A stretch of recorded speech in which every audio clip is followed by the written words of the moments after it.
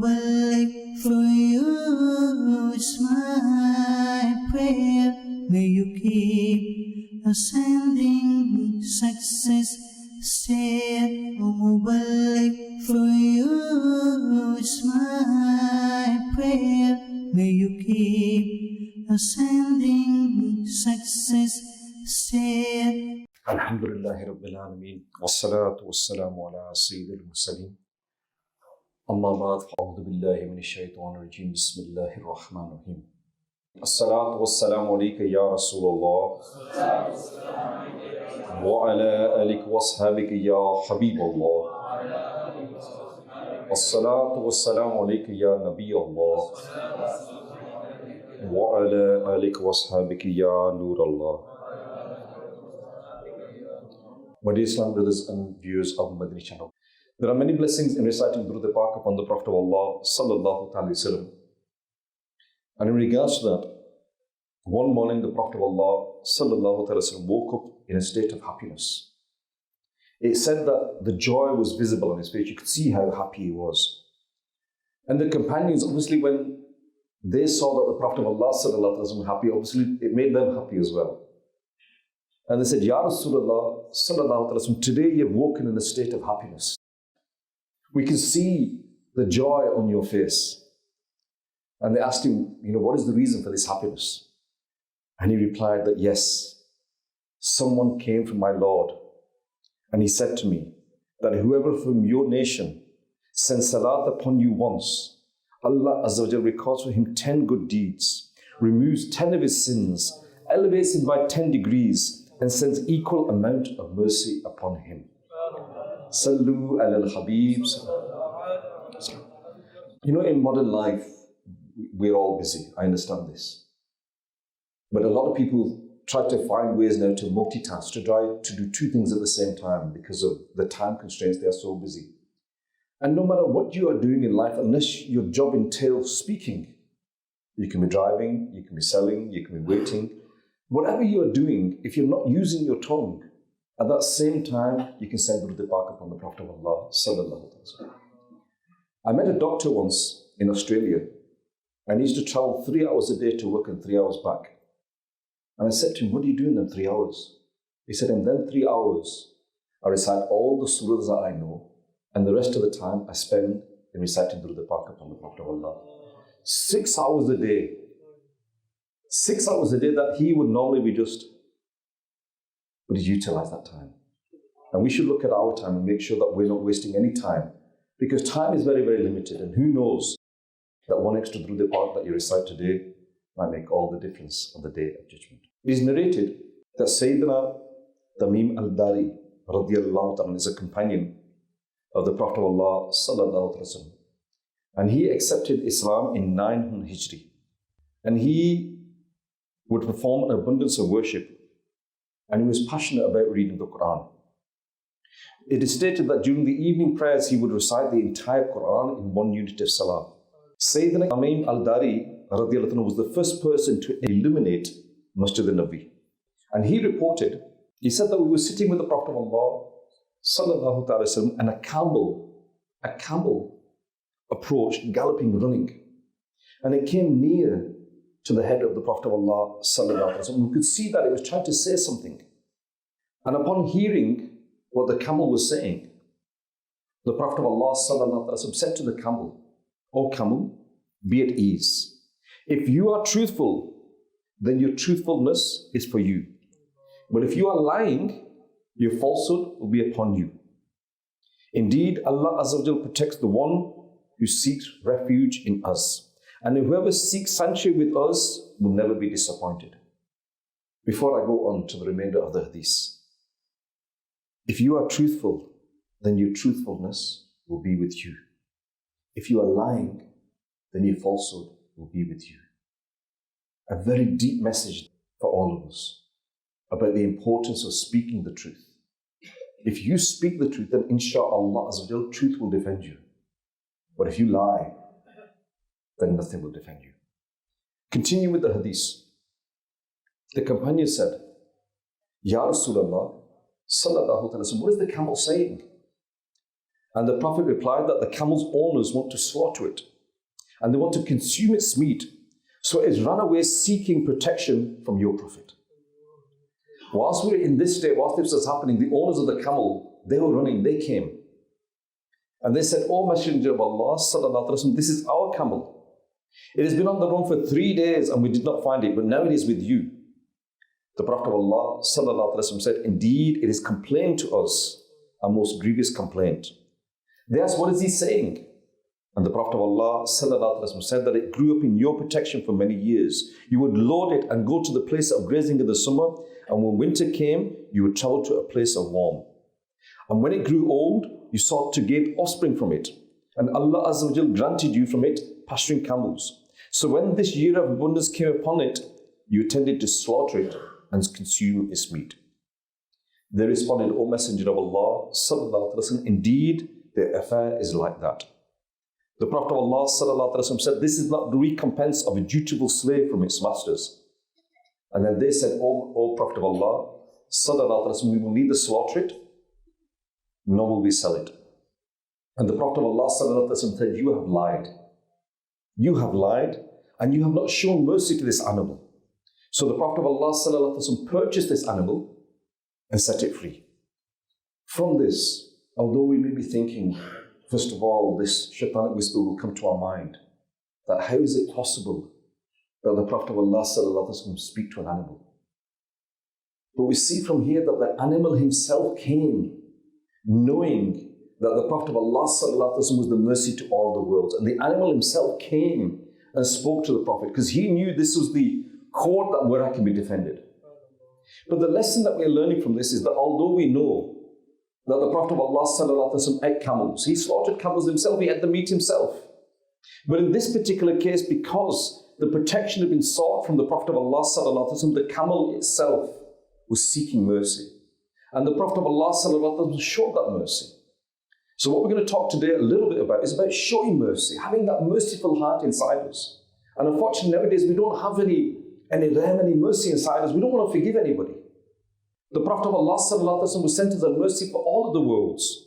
The final Prophet of Allah, sallallahu alaihi wasallam, according to the tafsir in Suratul Janan, he is a mercy for the prophets, he is a mercy for the messengers, he is a mercy for the angels, he is a mercy in religious and worldly matters for both human and jinns. He is a mercy for Muslims and non-Muslims, animals, plants and things that are lifeless. In short, the beloved Prophet of Allah, sallallahu alaihi wasallam, is a mercy for everything in creation. Sayyidina Abdullah bin Abbas radhiyallahu anhu states that the Prophet of Allah, sallallahu alaihi wasallam, being a mercy is universal for the believer and the disbeliever. He is a mercy for Muslims in this world and in the hereafter. However, for a non-Muslim, he is only a mercy in this world. Due to the Prophet, sallallahu alaihi wasallam, the disbeliever's punishment has been delayed. Worldly punishments of facial disfigurement and being swallowed by the earth have been lifted from them. So this is the Prophet of Allah, sallallahu alaihi wasallam, he showed mercy. But if we look at our lives nowadays, we've got this attitude where because I've got strength, because I've got power, because I've got authority, I don't need to. I don't need to show any mercy. Why? Because I'm who I am. And what happens now is because I'm older than you, because I'm wealthier than you, because I'm richer than you, why should I forgive you? Why should I forgive anybody? But do you ever realize that at the end of every salah, even today after Salatul Isha, we all raised our hands. Ya Allah, forgive us. Ya Allah, forgive us. We're asking Allah to forgive us. Ya Allah, forgive me, but I'm not going to forgive you. I'm not going to forgive you. I'm not going to forgive you. What is this? Why can we not forgive each other? And we see nowadays that two brothers, I've seen it with my own eyes, two brothers will fall out with each other. 20 years later, you can sit down with one of the brothers and say, "You're not speaking to your brother." "Yes." "Why not?" He can't even remember the reason why. It was 20 years ago, and maybe it was because he didn't consider his son or his daughter when he was getting them married, or whatever it was, or he didn't invite me, or whatever. It was something trivial. And for 20 years, you've not forgiven your brother. And then what happens is when one of them passes away, the other one's sitting there crying. Now you are crying. Why did you not forgive your brother 20 years ago and maintain this relationship? And we see nowadays that families are fighting with each other, quarreling with each other. And when you get to the nitty-gritty of it, sometimes they're fighting over each other with only a small portion of land that they're fighting over. A piece of land in Pakistan or India that they're probably never going to visit. And yet they're fighting over it, arguing over it. What is this? Over trivial matters. Can we not learn to forgive each other? Can we not learn to, as they say in English, bury the hatchet? I had a relative in Pakistan, and he used to say, matti pao, meaning bury it. That whenever there was something happened, you should say, just bury it. Cover it with dirt and forget about it. Because what happens is we linger with things, we pick on things that he did this to me in 1997, he did this to me in 2003, he did this to me in 2015. So what? Can we not forgive each other? Can we not have that mercy? And this is what our deen teaches us. Not only does the deen teach us to have that mercy for each other, but we see this in the Sunnah of the Prophet of Allah sallallahu alaihi wasallam. Here we're seeing that the Prophet of Allah sallallahu alaihi wasallam had mercy even for animals as well. The Prophet of Allah sallallahu alaihi wasallam had mercy for animals, and we don't have mercy for our brother. We don't have mercy for our sister. Astaghfirullah, we don't even have mercy for our parents as well. You know, can you not think about really where are you going with this? What is going to happen with this? You know, in life you need to make an assessment of which direction you are going in. When I was heading down the M5, I knew I was heading south. And eventually I'm going to come to a junction that says M4. I knew that. Now when I go back up the M5, I know I'm heading north, and eventually I come to a junction that'll say M6. So why? Because I'm heading in that direction. You need to look at your lives and ask yourself, which direction am I going? And when I continue in this direction, where am I going to end up? Am I in the direction that I'm pleasing my Rabb? Or am I in the direction where I'm displeasing my Rabb? And today we're talking about mercy, but this can be about anything. You know, the people that are here today, alhamdulillah, you come to the masjid, you come to Fazana, Medina and Bristol, you have an Islamic mindset. So it's not as if you are ignorant people, you know the deen, you know a lot about the deen, alhamdulillah, and you have this passion inside you to learn more. So surely you can at least say to yourself, well, look, this is what I'm doing. Which direction am I heading in? You know, you go to the doctors, and the doctor takes a blood test. And when the doctor takes a blood test, depending on the results, will determine how you live your life. If it's got high cholesterol, you stop eating fatty food. If it's got high sugar levels, you'll control your sugar intake. If it says that you need this, then you take the tablet, and you change your life. And the doctor will advise you that, look, you need to cut back on sugary foods, you need to cut back on salty foods, you need to cut back on this, or whatever it is. And what do? You take his advice. And if a person said, no, forget it, and he ignores him, you'd say he's a foolish person. Because if you do not listen to the doctor, then you're going to get more ill.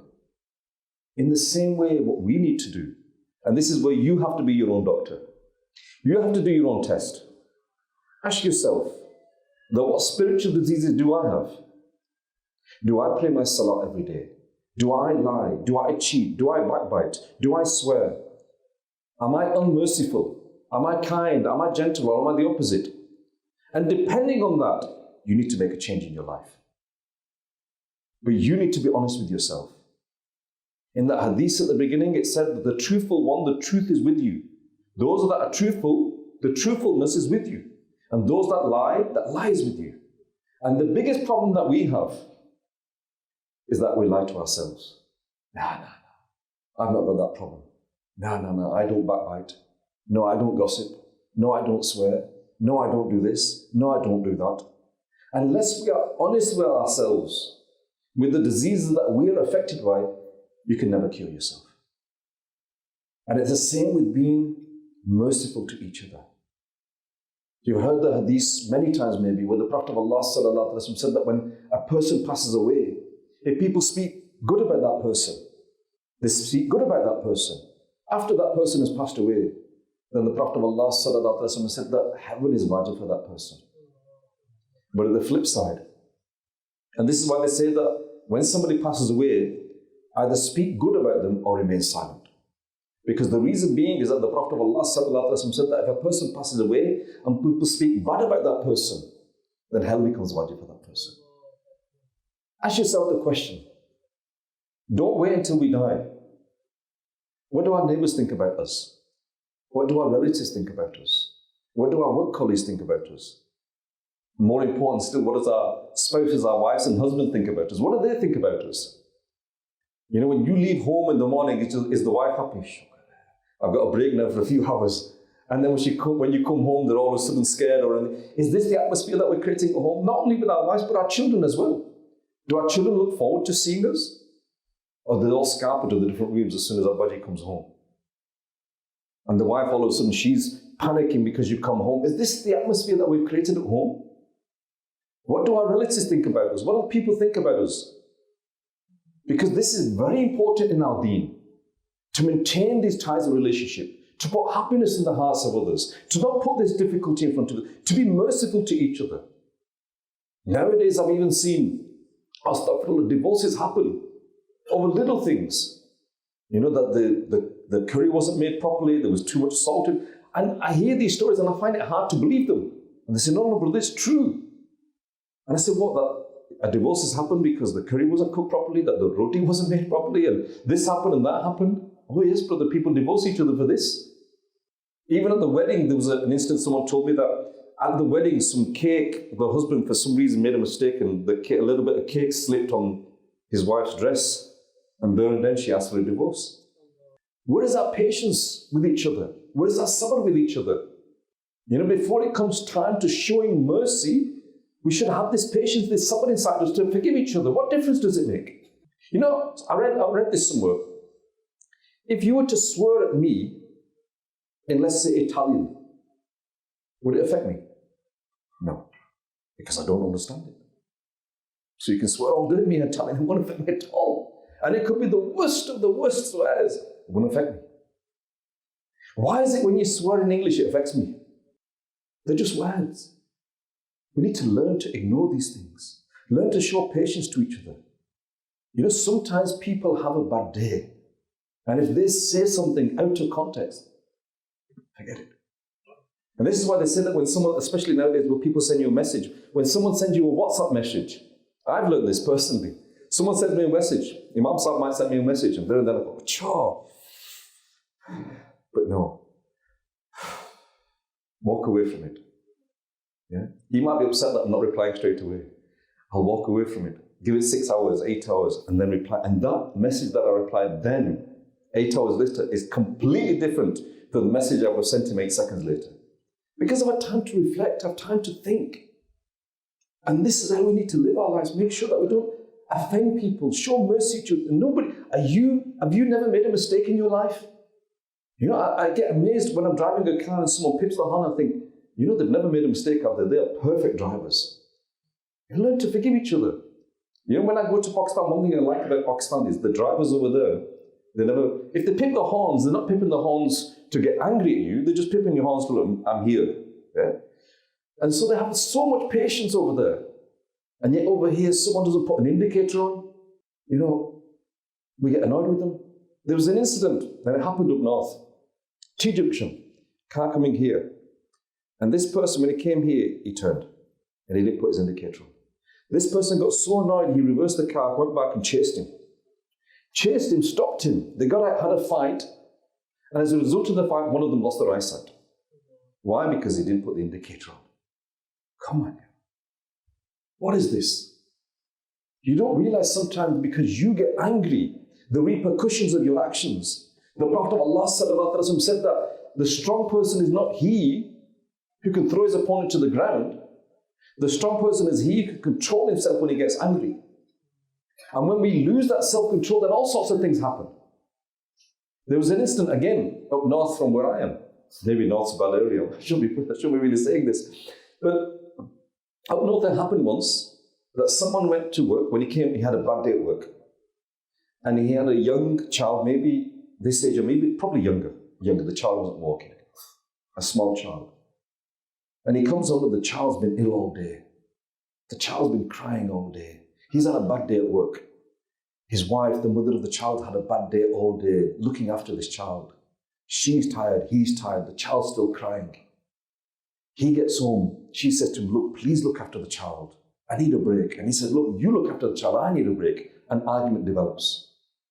The argument gets so heated that the husband grabs hold of the ankles of the child, picks up the child and beats his own wife. And the child dies. Anger. Anger. You know, if that happens to you, walk out of the room, leave the room. If you cannot control yourself, walk away. But don't do these sort of things. And unfortunately, this is happening. We haven't got patience. Today, we should be talking about mercy, but before mercy, we need to talk about patience. That where is that patience going inside us? That when we're not willing to forgive each other, we're not willing to oversee each other. We're not willing to have this patience inside us. Nobody has a perfect life. Everybody has to face problems. But we need to have patience. And we need to show mercy, forgive each other. Who is amongst us that's never committed a sin? Who is it amongst us that's never made a mistake? I've made many mistakes. I admit it. Allah knows how many sins I've committed. Should I not be merciful? I expect Allah to forgive me, but I don't want to be merciful to anybody else. Am I so pure, so good? No, definitely I'm not. The Prophet of Allah sallallahu alaihi wasallam has reported to have said that you will not enter paradise until you show mercy. Until you show mercy, you will not enter paradise. And the companion said, Ya Rasulullah sallallahu alaihi wasallam, we are all merciful. And the Prophet of Allah sallallahu alaihi wasallam said that this means not mean you must only be merciful to one another, but merciful to all. So if as a family you're merciful to each other, no. What about showing mercy to your neighbors, your colleagues, the other people? The non-Muslims, show mercy to them, be forgiving to them. They all make mistakes. We all need to show mercy. Sayyidina Musa alayhi salam, it is stated that he was a shepherd as well. And one day, a goat escaped. And he chased after the goat. And the goat caught in thorns. And he got the goat out of the thorn bush. But in getting the goat out of the thorn bush, he got all these thorns inside him. He had so much pain. And he said to the goat that you were exhausted and you have exhausted me. You never thought about me, but did you not think about yourself? But the message there is that he showed mercy to the animal. He could have just said, just forget it. Why should I go there and get that? Why should I save the animal? I'm going to be in pain. But no, this is how we showed mercy.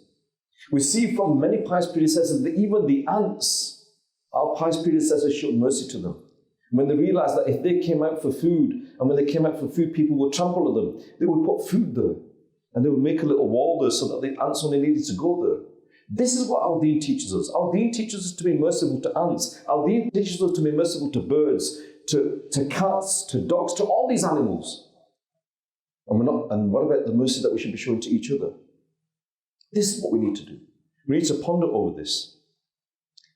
There is an incident, and just to give you an example of the mercy, Sheikh Abdul Qadir Jilani, the mercy that he showed, he was so concerned about the trials and the tribulations that the Ummah would face. And he delivered a sermon. And he said, "Oh people, I spend time with you only for the sake of Allah. My heart cares for your well-being to the extent that," listen to this, if it was possible, I would enter your graves and answer the questions of the angels on your behalf. And nowadays, who's going to enter your grave? Will your brother, your wife, your mother, your son, nobody will enter your grave. In another instance, he said something similar. He said, "O followers of my beloved Prophet of Allah, sallallahu alaihi wasallam, I design none of you to face the terrors of the grave. I do not want your graves to become like the pits of hell. I wish to enter your graves and answer the questions of the angels so your grave become the gardens from the gardens of paradise so that you may attain salvation." He said, if it was possible, I would enter your graves and I would face that trials and tribulations. Nowadays, we say, it's not my problem, is it? It's his problem. Why should I worry about it? It's his problem. And generally in life, we're not even concerned about any other's problems. Do we even ever ask? Nowadays it's become a formality. Assalamu alaikum wa alaikum salam. You okay? I'm okay. We okay? Okay. Children okay, wife okay, okay. It's a formality. You're not really asking in reality. It's become a formality. Because who doesn't have problems? And then when we find out that they've got a problem, what do we do about it? Instead of going to help that person that he's got this problem, rather than helping him, we'll go and gossip about it. We're going to tell other people about it. Oh, you know, he's got this problem. Yeah, no, I don't want to help him. I don't want to get involved. You don't want to get involved, but you want to tell the world about it. Again, what is this? Ask yourself, what direction are you going in? The Prophet of Allah would even show mercy to children. And at that time, the culture at that time was almost alien. And it stated that one day he kissed Imam Hassan and Imam Hussain. And a person was passing by. And he said that I have 10 sons. I've never kissed any of them. And the Prophet of Allah looked at him and he said, whoever is not merciful to others will not be treated mercifully. Do we give that love to our children? You know, my daughter said to me that some of the people that she used to go to school with, they said to her that our parents have never ever hugged them. Never given the children a hug. Never give them any love. Yes, they provided for them. They got the best shoes, the best coats, money in their pockets, PC tablets, mobile phones, but they've never given that love and time. Is that not important to us as well?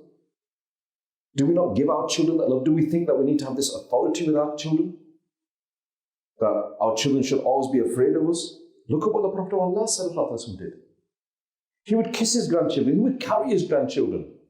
Do we show that love to our children? And then unfortunately, forget this is the sons, but when it comes to daughters, unfortunately our culture is such that we don't want to show any compassion to our daughters.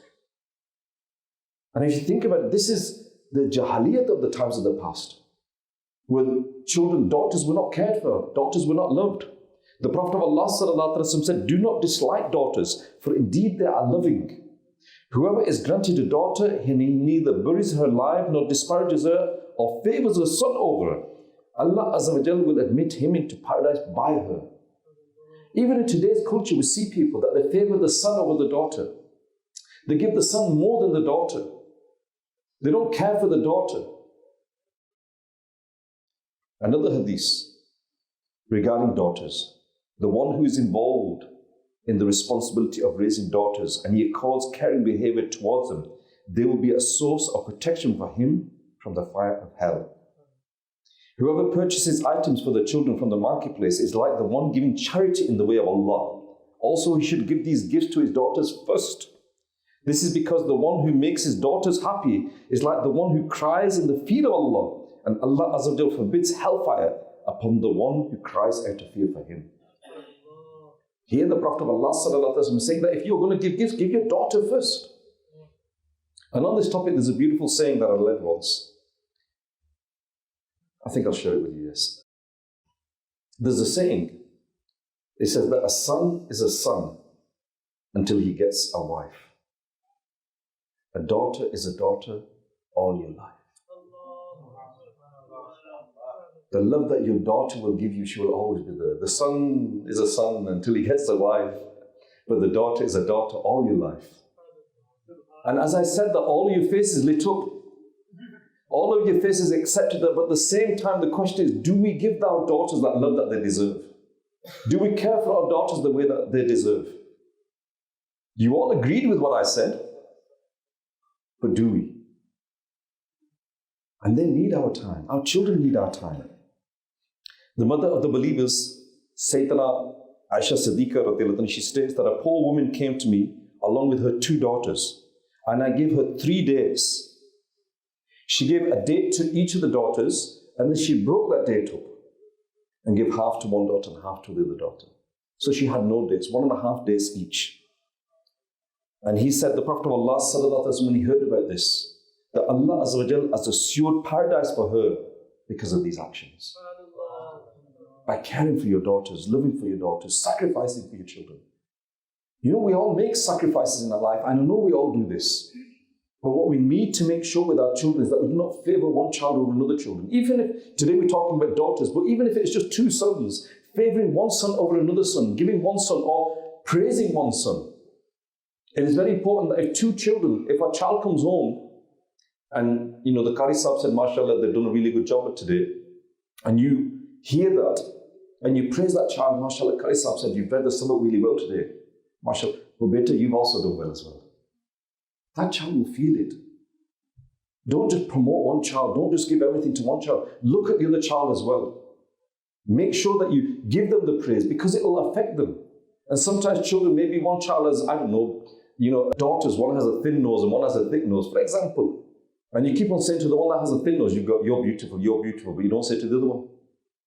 That child will grow up with a problem. You need to praise them children equally. Look after that children equally. Give them time equally.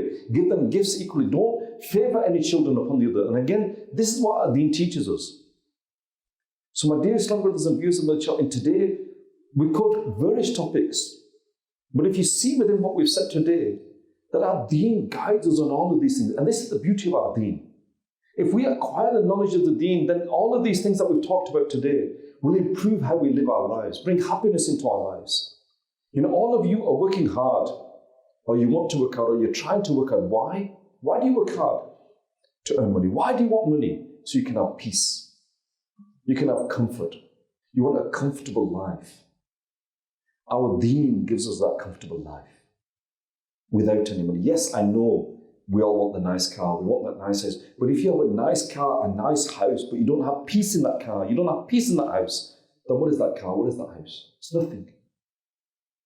But if you have a small house and a small car, but you've got peace, you've got comfort, you've got a loving atmosphere, you've got a loving family, then inshallah, as a result, all of these things become there. But this needs for you to acquire the knowledge of the deen and to act upon this deen. I pray to Allah Azza wa Jalla, if I said anything wrong, may Allah Azza wa Jalla forgive me. And I pray to Allah Azza wa Jalla, Allah give me and you the ability to show sabr, to show mercy, to show forgiveness, to show love, and to bring our children up in the best possible way so that they can become the role models of the future. Ameen bi jahi Nabi al-Amin. Sallu ala al-Habib. Mubarak for you is my prayer. May you keep ascending success stair. Mubarak for you is my prayer. May you keep ascending success